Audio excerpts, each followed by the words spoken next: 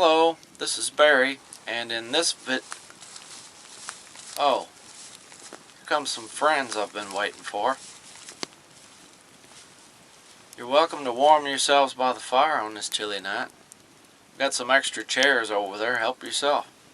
And on that camp table there's a fresh pot of coffee, the one with a red handle, and the one with a black handle is sweetened hot cocoa.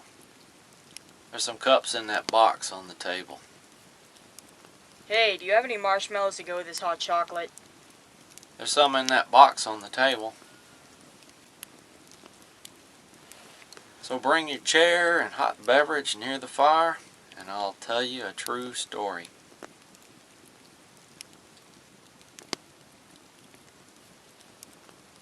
And in this video, I would like to tell you about a poltergeist incident. One morning recently when I got home from work, I walked into the kitchen to have my lunch, and I noticed all the cabinet doors were open. I didn't see anyone around, and I thought that's strange because all the doors were open to the same exact position. So I went and found my wife in the laundry room, and I asked her about it. She said she had been through there about 20 minutes ago when the cabinet doors were closed, and all the kids were of course still asleep. So I went back to the kitchen to prepare my lunch, and I remembered something that happened from my childhood that was similar to this. It was around the late 1970s, early 1980s, around there. I was about maybe 9 or 10 years old, and my sister and I were, I guess, what they called latchkey kids. When we got home from school, we had a key to let ourselves in, and we were home alone. My parents drove 18-wheelers for a living, and sometimes had to be away from home. I guess a lot of things were different back then. But sometimes we were home alone at night, and my sister, who was a little older than me, would set her alarm clock to get up to have time to get ready for school. It didn't take me as long to get ready, so she would wake me a little later. But one morning, she woke me up with a scared and nervous whisper and said, Barry, wake up. I think there's somebody in the house. I kind of woke up a little and said, "What?" She said again, There's somebody in the house. Can you hear that?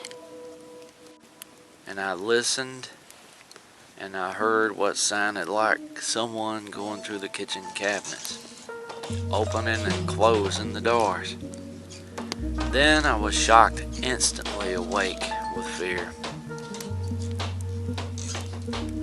Then I took a few seconds to think about it.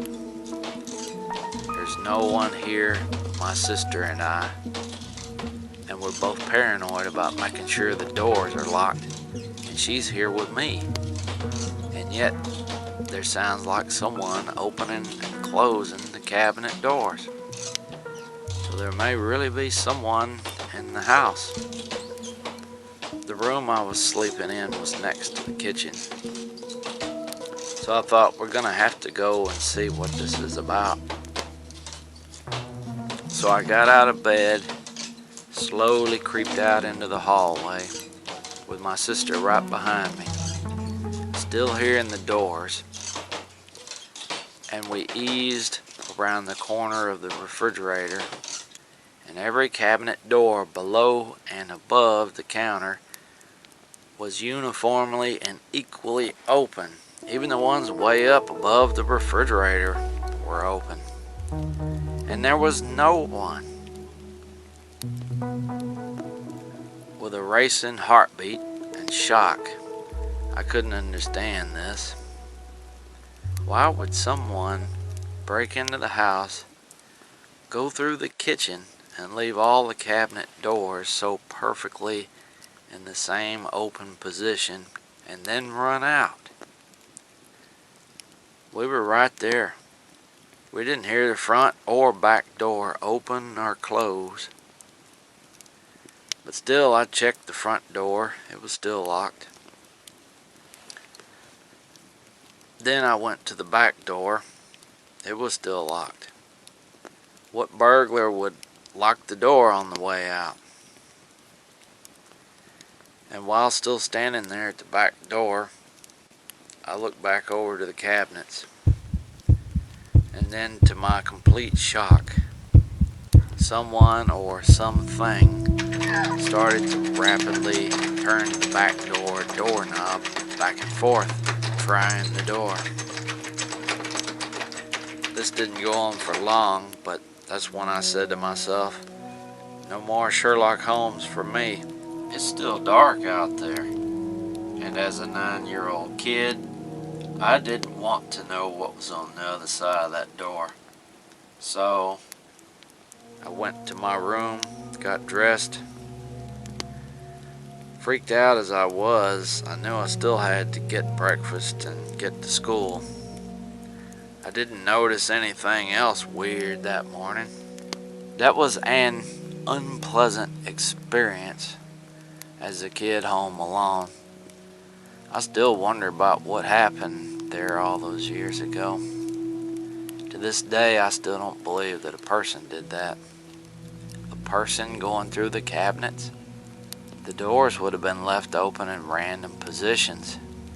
They wouldn't have made sure the doors were perfectly left open just the same amount on the top and bottom cabinet doors. I don't know. Comment below, you tell me what you think the explanation was. There were other times weird things happened in that house. Maybe I'll tell you about those other times weird things happened in future videos. Thank you for watching, and thank you for your comments.